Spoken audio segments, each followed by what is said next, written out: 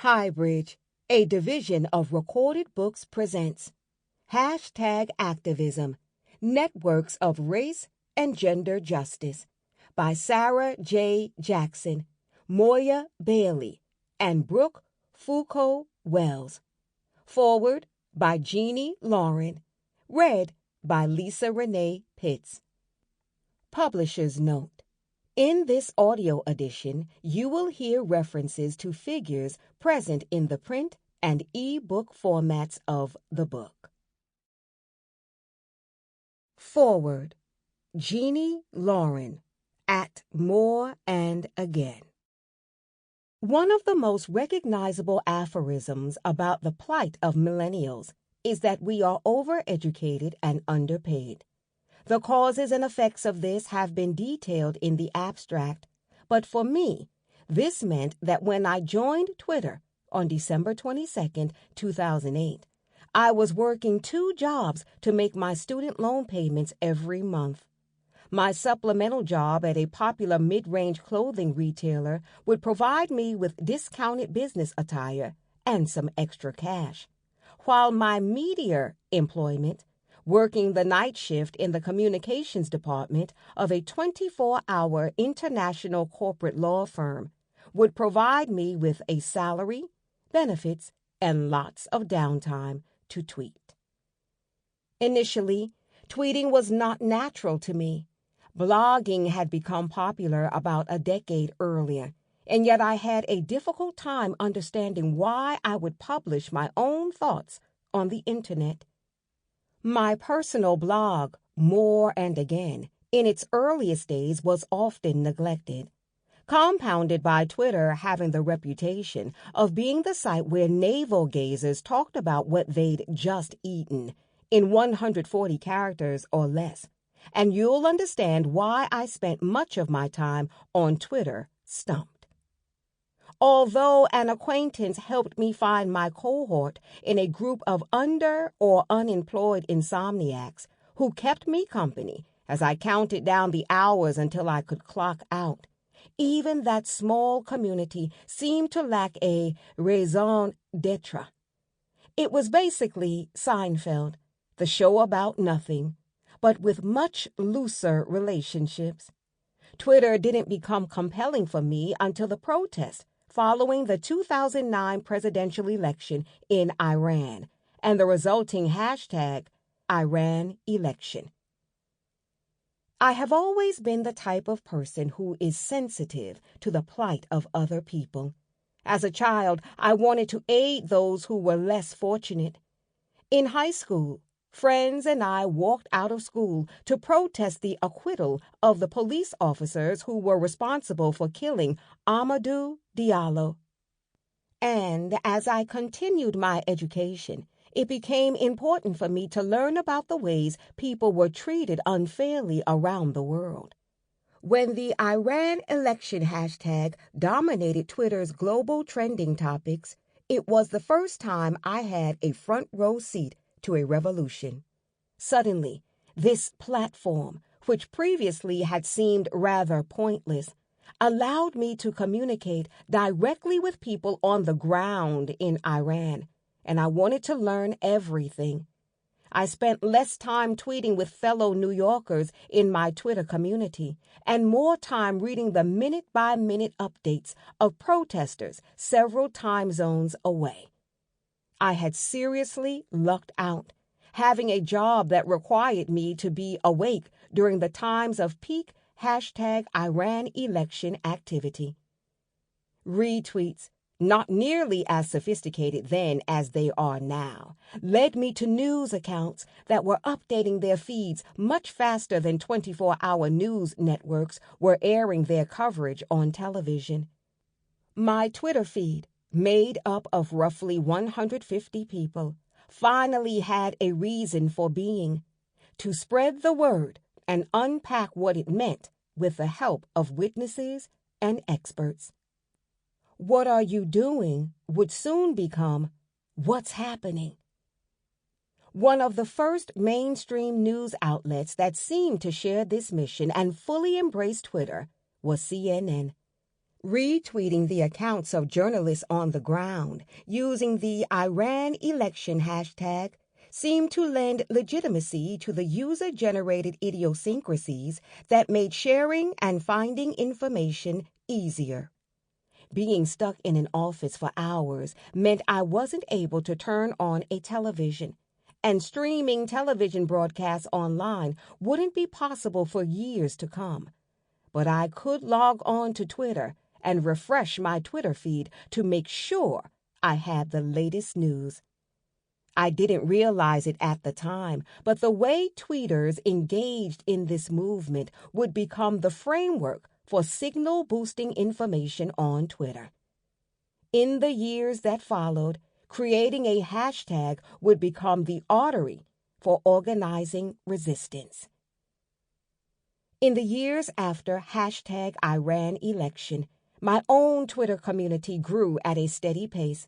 The more I engaged in Twitter conversations, the more people I was able to converse with. When the hashtag #FailWhale wasn't spoiling our fun, we used hashtags to share tunes, hashtag Music Monday, share grievances, hashtag Here Before Oprah, and even share favorite tweeters, hashtag Follow Friday. In just 3 years after its inception, the platform had allowed users to create a taxonomy with no major overhaul of the underlying program. This feature would later be adopted by other social media networks such as Facebook. Regular tweeters became so accustomed to organizing tweets by hashtags that when someone decided to hashtag a name, it immediately made sense. On my Twitter feed, the first occurrence of a hashtagged name was hashtag Troy Davis. Hashtag Troy Davis first appeared in my Twitter feed on September 11, 2011, 10 days before Troy Davis himself was scheduled to be executed by the state of Georgia. Davis had been tried for and convicted of the murder of police officer Mark McPhail, but recanted testimony and new evidence pushed activists to argue there was too much doubt to warrant his execution, thus leading to the affiliated hashtag #TooMuchDoubt. Through the hashtags, a Change.org petition was shared, encouraging tweeters to sign and demand Davis's clemency. The petition, which garnered 258,505 signatures, was addressed to the state of Georgia's Board of Pardons and Paroles and Chatham County District Attorney Larry Chisholm.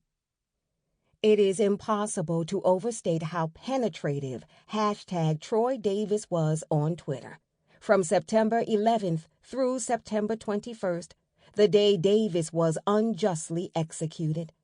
I cannot recall a single tweeter I followed who not only tweeted about hashtag Troy Davis, but also called on D.A. Chisholm and the Supreme Court of the United States as the justices deliberated over whether or not to stay his execution. There was even a vigil on Twitter. 10 minutes without a single tweet at 7:00 p.m. on September 21st, in the hopes it would sway the SCOTUS decision. Though our mission seemed to be failing at every turn, my entire Twitter feed remained engaged, making calls, encouraging action, saying virtual prayers. Briefly, it looked as though the SCOTUS decision would go our way. After Jeffrey Toobin reported that the deliberation was unusually long. Unfortunately, our efforts to save one man's life were unsuccessful.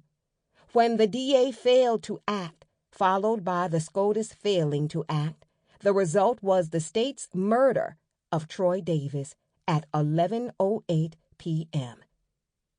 In that moment, I could feel the devastation ripple across Twitter. We contemplated what it meant that all these people could act in unison and still not save one life, and what it meant to be at the mercy of the criminal justice system. Though the campaign to stop the execution of Troy Davis was unsuccessful in saving his life, it did succeed in giving this subgroup, which would soon become known as Black Twitter, a collective sense of obligation. After Davis's execution, there was no shortage of tweets imploring people not to skip jury duty and to pay close attention to local elections, both sentiments I had heard expressed before, but now there was more weight behind them. A heightened awareness of how our legal system worked informed our conversations, with the accompanying reminder that these instances of injustice weren't increasing. Technology just allowed us to learn about them as they happened. With each instance of social media activism, Twitter, specifically Black Twitter, grew faster at signal boosting and raising awareness of the issues and events that needed attention. Twitter's introduction of native retweets meant important tweets could be shared without editing the text to fit character limits, thereby improving the accuracy of the information being shared.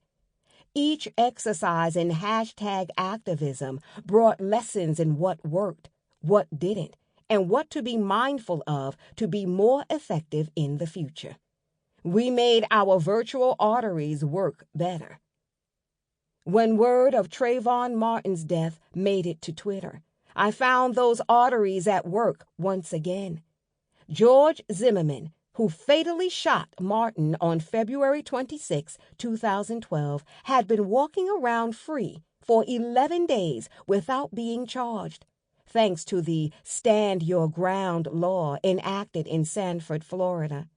Without needing a poll or a vote, the general consensus was that something had to be done to change this. It was all hands on deck. The response was intuitive. Hashtag Justice for Trayvon was created, like the hashtag Troy Davis tag before it, to draw attention, connect, and spread information. We knew that the best chance of getting justice for Trayvon was to get national news organizations to cover the case.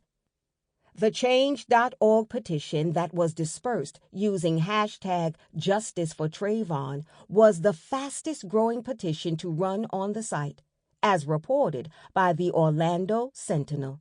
The phone numbers of Sanford Mayor Jeff Triplett and State's Attorney Norman Walfinger were both shared with the hashtag, encouraging tweeters to call and demand that George Zimmerman be charged for Trayvon Martin's death.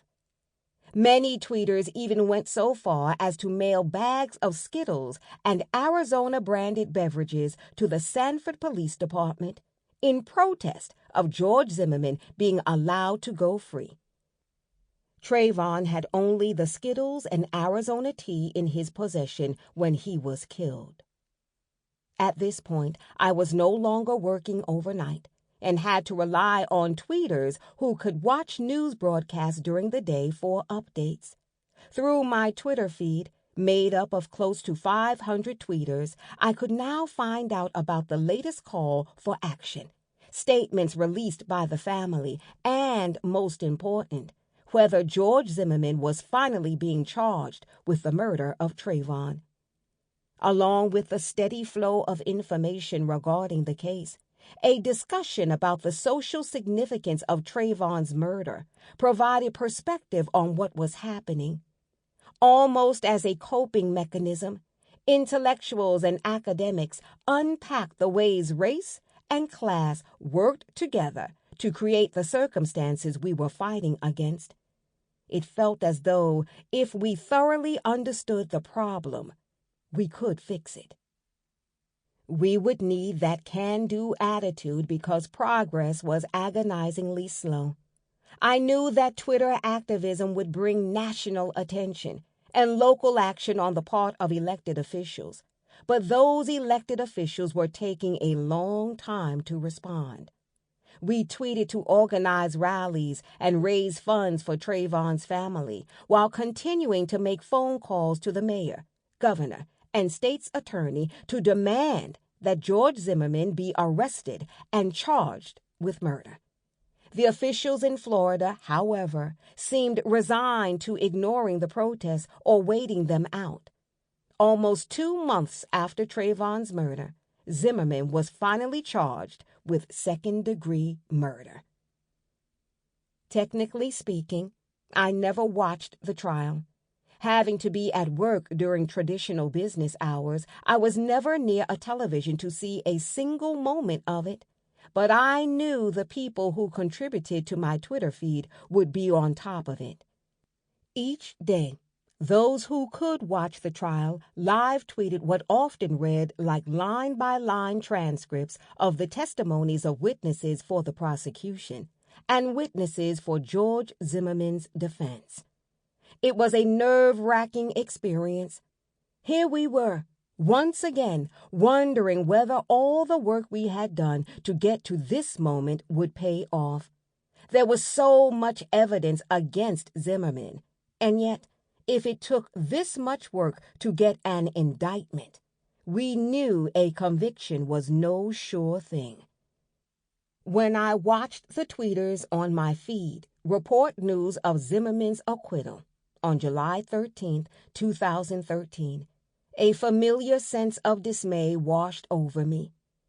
What kind of world did we live in where all the evidence that was mounted against Zimmerman meant nothing because the life he stole was that of a black child? What had we changed? Was all that effort for nothing?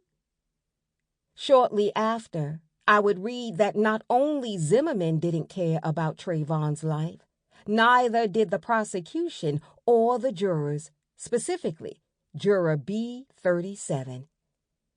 When the trial concluded, reports of Juror B37 having a book deal were widespread. I recall one report mentioning she had started looking for a publisher as soon as the trial began. I and many of the tweeters I followed grew suspicious. We questioned whether she was concerned with justice at all, or whether she was simply happy to have stumbled upon what could have been a major payday. It was bad enough that the jurors voted to let Trayvon's killer go free, compounded by the racists who raised hundreds of thousands of dollars to help Zimmerman pay for his legal fees. But now Juror B37 was also planning to walk away with money and fame, while Sabrina Fulton, Trayvon's mother, had neither her child nor redemption. It was too much to bear. I knew we had to do something. Fellow tweeters at Miss_Hellion and at M_F_greatest pointed out that our Twitter activism had previously resulted in the firing of Paula Deen. We could do something. We couldn't bring Trayvon back, and we couldn't change the verdict to convict Zimmerman. But we could still stop the juror from profiting from the death of a child she clearly didn't care about. So I decided to take action. A few minutes on Google provided me with the name of the agent, Charlene Martin, who was brokering the deal for Juror B37's book. A few more minutes of Googling led me to her contact information, which I then tweeted out to my timeline in the way we typically called for action to influence elected officials. My previous experience with signal boosting information let me know it would be easier to share links than tweets. So I consolidated all of Charlene's contact information into a Google Doc to be shared far and wide. The more I tweeted about stopping the book deal, the more people wanted to help me stop it. Soon, other tweeters had located both Charlene's personal Twitter account and the Twitter account for her business, Martin Literary Management, and I directed people to tweet to those accounts to ask that Charlene stop representing Juror B37. As people were participating in the action I was organizing on Twitter, I started to feel disconnected. I was receiving lots of encouragement, but there was no way for me to gauge how many people were actually calling Charlene, and there was no way to show people that anyone else was involved other than myself and the handful of people who were tweeting at me. I didn't want the momentum to die as soon as I went to bed, so I created the Change.org petition. I expected the Change.org petition to consolidate all the information in one place: what the issue was, whom to contact, and how many people were already contacting them. I also expected that this would build into an action that would take days before the desired results would be seen. If we couldn't get the agent to drop Juror B37, the next step would be contacting whichever publisher signed on. What I did not expect was Charlene Martin herself to message me within hours of the petition going up, telling me the deal was off and asking that the petition be locked. I was floored. I immediately shared Charlene's message with my Twitter followers, and my mentions were, as we say, in shambles. The support I received in the wake of the agent dropping Juror B37 was overwhelming. Before this action on Twitter, I had gained a little over 1,000 followers. By the morning after I tweeted the petition, I had more than 9,000 Twitter followers, including television show producers who were inviting me onto their morning news broadcasts. I had the attention of other Twitter activists, as well as those who were organizing offline, who were also inspired by #Justice for Trayvon. Being a TweetDeck user, I found it almost impossible to reply to anyone who mentioned me because so many people were mentioning me at once. I was especially appreciative of all the tweets of kindness, because they also helped flush out the disparaging tweets and death threats I received from people who identified with George Zimmerman and Juror B37. It felt as though our efforts, for once, had paid off. While the win was not what we originally hoped for, stopping Juror B37's book deal briefly put some wind back in our sails. And now with us even more connected than before. We did more than simply gain experience, as with previous instances of #activism. We gained a much broader network. Black Twitter seemed to grow larger and smaller at the same time. My own network now included leaders of organizations who provided knowledge and perspective on what direct action was taking place on the ground. Before, we had just heard about the protest. Now we knew the people who were organizing it. Their perspective on the work being done helped me to see each incident that inspires a hashtag and subsequent protests, not as a time we lost, but as another moment of resistance, a push forward.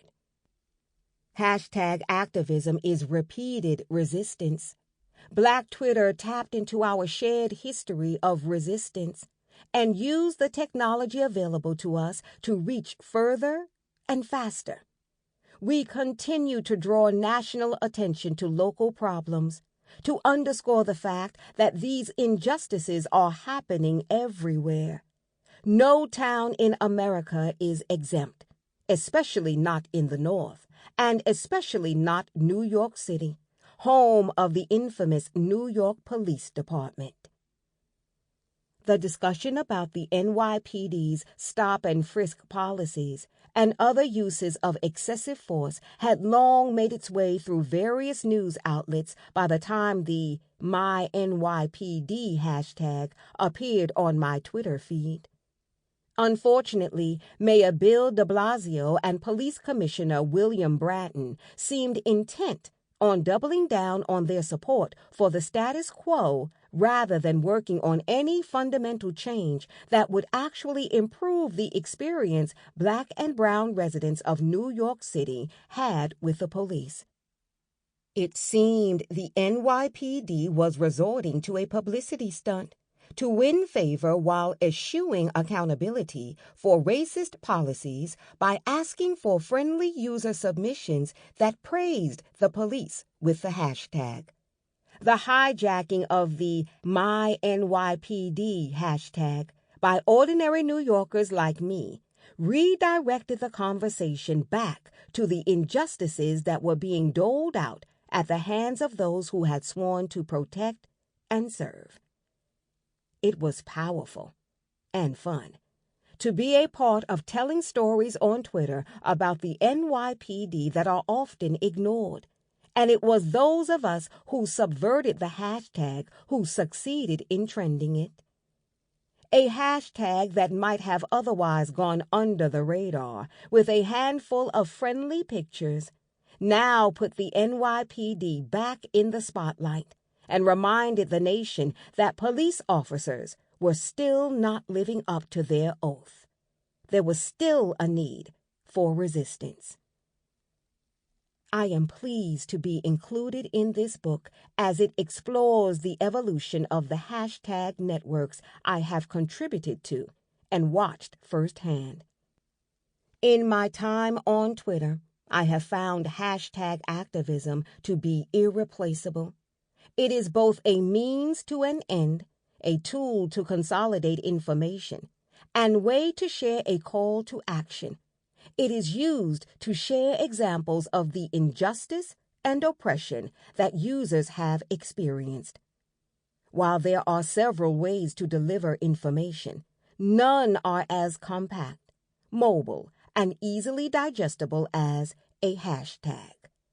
While hashtag activism isn't the whole of any resistance movement, it is the arterial network of any movement that seeks to gain national support and impact. A note from the book's authors. When Jeannie Lauren wrote this contribution for us, her At More and Again account was going strong on Twitter, with more than 14,000 followers, and she had become one of the many influential Black women building activist and everyday culture narratives on Twitter. In March 2018, she was the victim of brigading, an online harassment tactic in which a group of opponents gangs up on a user they dislike or disagree with ideologically. In this case, brigading was used to silence her, as she was reported for abuse on the platform for her commentary by multiple unknown users and subsequently suspended because of the number of complaints. Despite her best efforts to contact Twitter support, they never informed her of the exact reasons for her suspension or the supposedly offending content that justified it. This exemplifies one of the failures of the platform. Without real people taking time to distinguish between legitimate complaints of policy violations and efforts seeking to silence members of counter-publics, Lauren's account remained suspended for most of the year, while the accounts of avowed white supremacists and others peddling false and incendiary rhetoric remained. Her account was reinstated in October 2018 after the ACLU contacted Twitter on Lauren's behalf. Her content history and contributions were absent for 9 months of one of the most politically tumultuous years of recent history, and almost lost to us entirely. Preface. We were inspired to write this book because of the incredible social justice activism we independently witnessed on Twitter, beginning in 2011. As avid users of the platform and diversely trained scholars of media, we watched and participated in many of the hashtags and stories that came to shape global, national, and local politics. We began to specifically study race and gender work on Twitter in 2014 with Sarah J. Jackson and Brooke Foucault. Sample complete. Ready to continue?